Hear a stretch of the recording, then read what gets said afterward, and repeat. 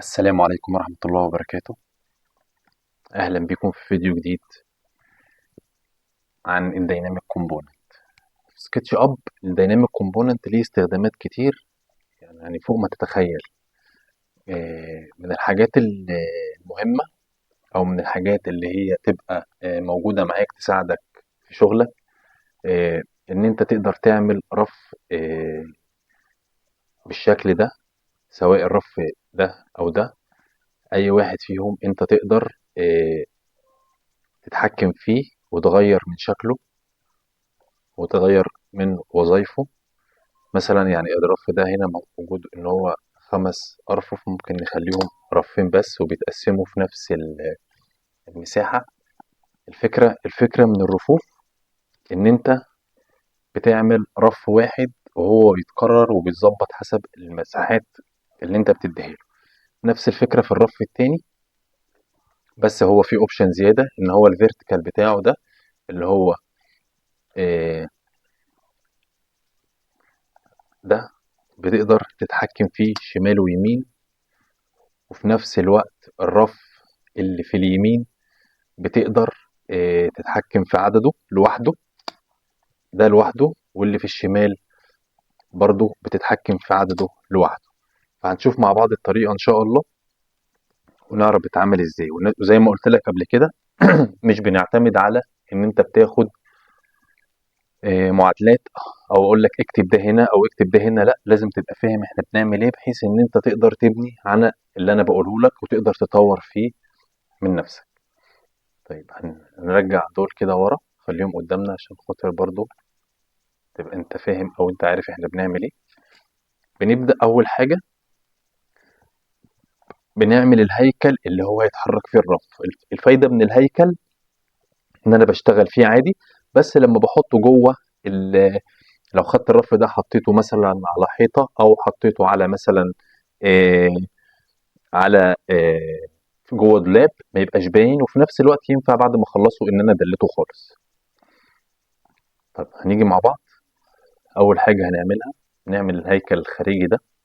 بنكتب 120 في 60. طبعا انت تقدر تكتب اي مقاس انت عايزه على حسب، او هو كده ولا كده، احنا بنتحكم في المقاس بعد كده برضو. هنعمل بوكس عادي كده وهندلت الفيسز بتاعته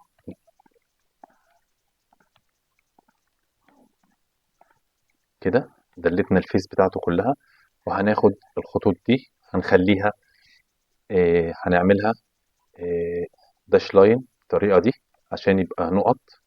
في كذا شكل للخطوط دي، ممكن نعملها ان هي هيدن خالص برضو. وهناخد الخطوط كلها نعمل الشكل كله كأنه كومبوننت، ميك كومبوننت، وهنسميه جي اتش مثلا، انتر. وهنيجي جوه الشكل هنعمل رف عادي اهو كده، 1.8 اللي هو 18 مللي تخدت الكونتر، وهنعمله ميك كومبوننت وهنسميه اس اتش شيلف، اختصار لشيلف. انا مش ههتم هنسميه اس اتش انتر كده. كده معانا ده كومبوننت وده كومبوننت، 2 كومبوننت.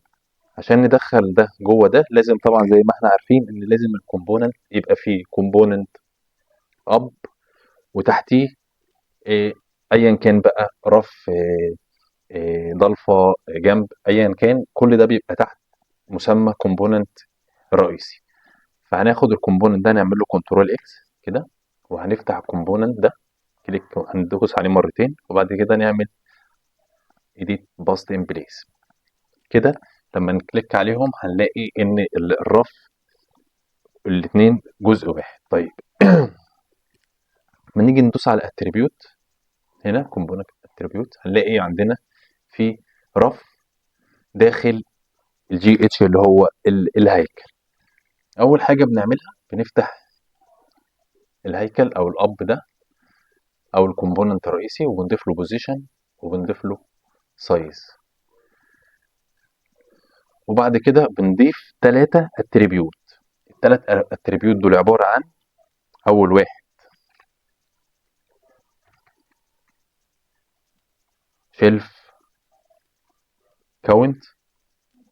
كاونت كده، وبنضيف كمان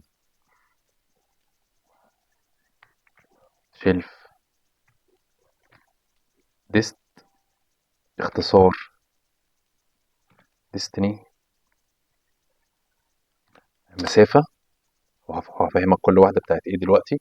وبعد كده هنضيف شيفت أو شيلف سيكنس، تي اتش سيكنس، اختصار التخانة.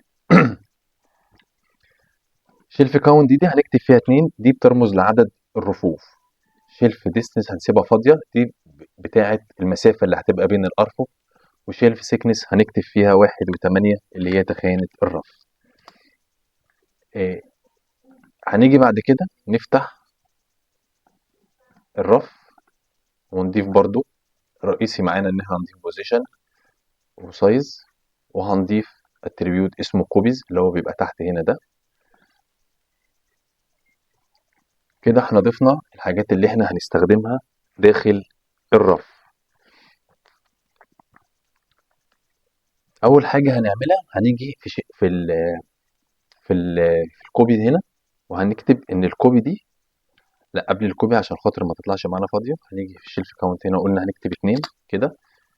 في الديستن اللي هي المسافه دي هنقول بتساوي المسافه اللي هتبقى بين الارفف. طيب المسافه اللي بين الارفف دي هتبقى عباره عن ايه؟ هتبقى عباره عن المسافه كلها، الطول كله اللي هو على محور الزد، وهنطرح منه تخانات الارفف ايا كانت. فاحنا طبعا مش هنطرح إيه رف 1 أو 2 أو 3، لأ إحنا عايزين نقول له اطرح لنا أي مجموع أرفف تبقى موجودة، حتى لو 10 تطرحهم من المسافة وتقسم لنا المسافة كلها على ال وتقسم لنا المسافة كلها على عدد الأرفف. طيب هنقول له الكلام ده إزاي؟ هنقول له هنا في الديستني هنا هنقول له دي بتساوي وهنفتح قوس ونكتب جوه القوس لين الزد اللي هو طول المساحة اللي احنا هنعمل فيها الأرض، لين الزد دي اللي هي 120. وهنقول له ناقص، هات هنا بس قوس تاني عشان خاطر احنا هنعمل هنا بالمرة. هنقول له لين الزد دي، هنقول له ناقص عدد الأرفف، هنفتح قوس تاني ونكتب جواه عدد الأرفف اللي هي الشيلف كاونت اللي هما الاتنين دول، في مضروب في تخانة الرف اللي هي شيلف 6 دي. يبقى احنا كده بنقول له جوه القوسين دول، بنقول له المسافة دي كلها اضرب عدد الأرفف في التخانة هيطلع قيمة، اطرح القيمة دي من الطول اللي هو اللين زد، وبعد كده اللي يطلع معاك الباقي يقسمهولي على عدد الأرفف اللي أنا هعملها اللي هي الشيلف كاونت كده. وهنضيف من عندنا بس حاجة اسمها زائد 1، هنضيف زائد 1 لين سايز ناقص ده في ده.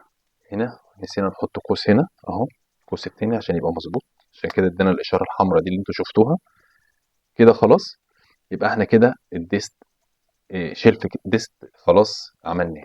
هنيجي بعد كده في الكوبي هنا هنقول له احنا هنا حطينا 1 وقلت لك دي اللي هنضيفها من عندنا زائد 1. الزائد 1 ده هنعمل حسابنا ان احنا هنا الكوبيز هتبقى عباره عن عدد الارفف، يعني اعمل لي كوبي من الرف ده عشان تبقى اسمها عدد الارفف. هنقول يساوي، وهنقول الشيلف ديست او اسف هتبقى الشيلف كاونت اللي هي عدد الارفف ناقص 1. يبقى احنا فوق حطينا زائد 1 وحطينا تحت ناقص 1، يبقى كده الاتنين زي بعض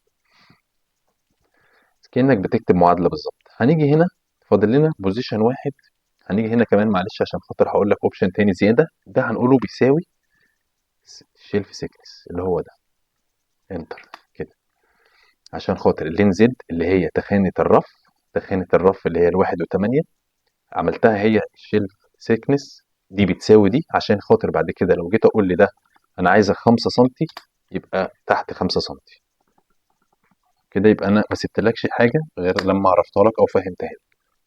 هاجي بعد كده الرف ده إيه اللي بيتحكم في موقعه هنا على الزد، إيه اللي بيتحكم في موقعه على الزد، طالما قلت على الزد يبقى بوزيشن الزد على طول، اللي هو بوزيشن دي الزد، هقول له بوزيشن الزد ده بيساوي